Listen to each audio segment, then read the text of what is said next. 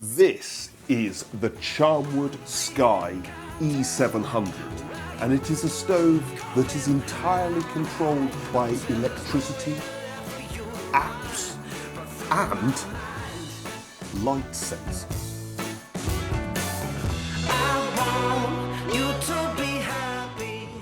This stove has a 7.4 kilowatt output and a 3-year warranty, which is absolutely no quibble from what I can understand. Obviously, if you're being abusive with it, throw it down the stairs, probably not going to guarantee that. But they're talking about full warranty for the parts on the glass, the rope, the fire bricks, the grates, that, like, any of these electronic, like, just everything is completely guaranteed, which is obviously phenomenal. The other big news is that this stove is plugged in with a plug, which sounds absolutely bonkers. If you have a power cut, you then have a connection so that you can run it from a battery. One final thing before we get properly stuck in. When this stove was being designed, Charnwood set some key parameters that it had to adhere to, that it had to achieve. The first one was that it had to work straight out of the box, so no internet, no app on your phone. You know, if you don't have any of that, it has to work and do its job well. First one.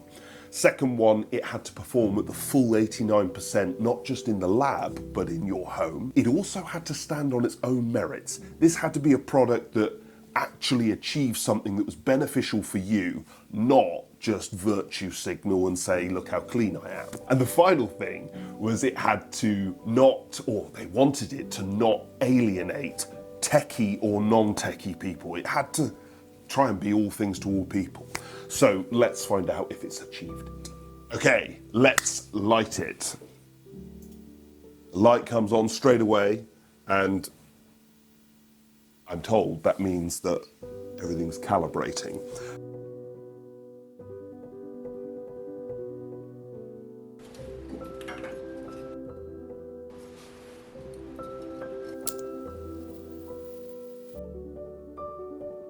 Now, here's the real party piece for this stove, because we just shut the door, which is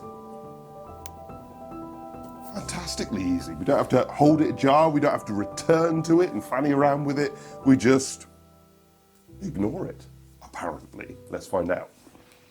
This is an interesting one, because lighting this stove, in one hand, you just set up the fire and you light it, and then you just forget about it. You shut the door, you don't have to touch anything, you don't have to worry about it. On the face of it, 10 out of 10. On the flip side, you do have to get that set up right. And interestingly, what I've found is I don't want to follow the instructions on this. The instructions talks about relatively small amounts of wood, and you know, the placement sounds correct, but relatively small amounts. I find I actually want a big fire. I want much more wood. You'll notice during that lighting that actually we lit it and then we added more fuel, and I should have just put more fuel on to start with. It's a big stove and it needs a big fire. If you get your setup right, without a shadow of a doubt, it's 10 out of 10. Lighting can be absolutely flawless with this stove. But in my view, you have to break the rules a bit. Okay, so DEFRA approval, eco design, 89% efficiency. Obviously that's the boring bits and it's got all of them, so that's fine. I found in the past with other stoves that very, very high efficiency stoves can actually go a bit misty on the glass. And I don't know whether it's something about the really, really top levels of efficiency that you're sort of, I don't know. But either way, this can do it as well. I think in part this is caused by the fact that obviously when you light this stove, you just shut the door straight away. That can cause some condensation and maybe that affects the glass a little bit, but you get the convenience of just lighting it and forgetting it. If you start breaking the rules, what happens? Obviously, when I'm lighting it, I've already told you I break the rules straight away. I put twice as much fuel in as I should, and actually that improves cleanness on the glass. I actually think it works better like that. So I would do that as a matter of course. I then want to misbehave even further, and I go into sort of manual mode on this stove. You can get it to blacken on the glass. This stove wants to run at absolute peak efficiency, and it is burning stunningly cleanly as far as the environment is concerned, as far as particulates are concerned. But the cleanness on the glass has become slightly less of the real driving focus, particularly when you start misbehaving with manual mode, not having more fuel. Having more fuel makes it cleaner. So, in other words, to round that up, if you are all about convenience and super clean figures and emissions, then this is a 9 out of 10. It might even, maybe it's a 10 out of 10 to be fair to it. If you're more mischievous, like myself, and you're more focused on absolute cleanness on the glass, then I think this is perhaps more of a 7. Here, this stove really starts to shine. Typically, when any of us stovey people hear automation, what we think is, oh, so I'm lighter and loader, and really I'm not important anymore. And, you know, we want to be important. But here we are. Here we have choice. And that on an automated stove is a glimmering USP as far as I'm concerned. Well, let's start with just the experience of this stove. You unbox it, the bits you get with it.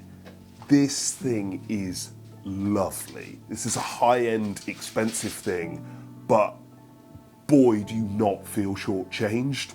It really is an experience. Everything about it. I mean, this stay cool handle, like, just look at it.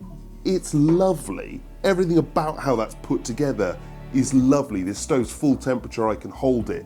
Straight out of the box, I can control it. I just click the buttons. The brighter the ring gets, there's 5 settings. I'm now on 1. Put it onto 2. 2 is like the absolute optimum position to put it. That's according to Charnwood's testing and efficiency levels, so, you know, genuinely is level 2. But you can then go 3, 4, 5 if you want a big fire. You can then obviously attach it to the app if you are that way inclined. As I say, you do not need to. We've got our 1, 2, 3, 4, 5 levels of control, and we've got lots of other information. You can then click it into full manual mode. They call it test mode. And obviously, you know, this is for idiots like me to play around with. Typically, you're just going to allow it to run itself because it's clever. But the fact that it trusts me with the ability to open it up and shut it down, as you can see here. You can create stunning pictures, you can shut it right down, you can run it overnight even, because it's just so controllable with this system. Because this stove trusts me with the choice, actually it took me on a bit of a journey, and this is what is the magic of this appliance, because it's solving lots and lots of problems without stealing from you. And that really brought me with the appliance. And the truth is, do I constantly control it myself? I click it straight into level 2, it manages itself, and it does a phenomenal job. I'm going to load it now, and this log will burn at full 89% efficiency. It's barreling heat into the room, and I won't have to do anything. I open the door, spread out that char bed. I should mention you do get scent gloves with this stove, which I have not used, but upon closing the door, it clicks into ignition mode. We get a burst of air from below, and then it will start managing itself down once it gets properly up to temperature. but just for the sake of showing you, because I'm a child, if I do now, you know, it's only just getting, I shouldn't be doing this right now, it's disrupting it, but I turn it down to 0. Just look at that.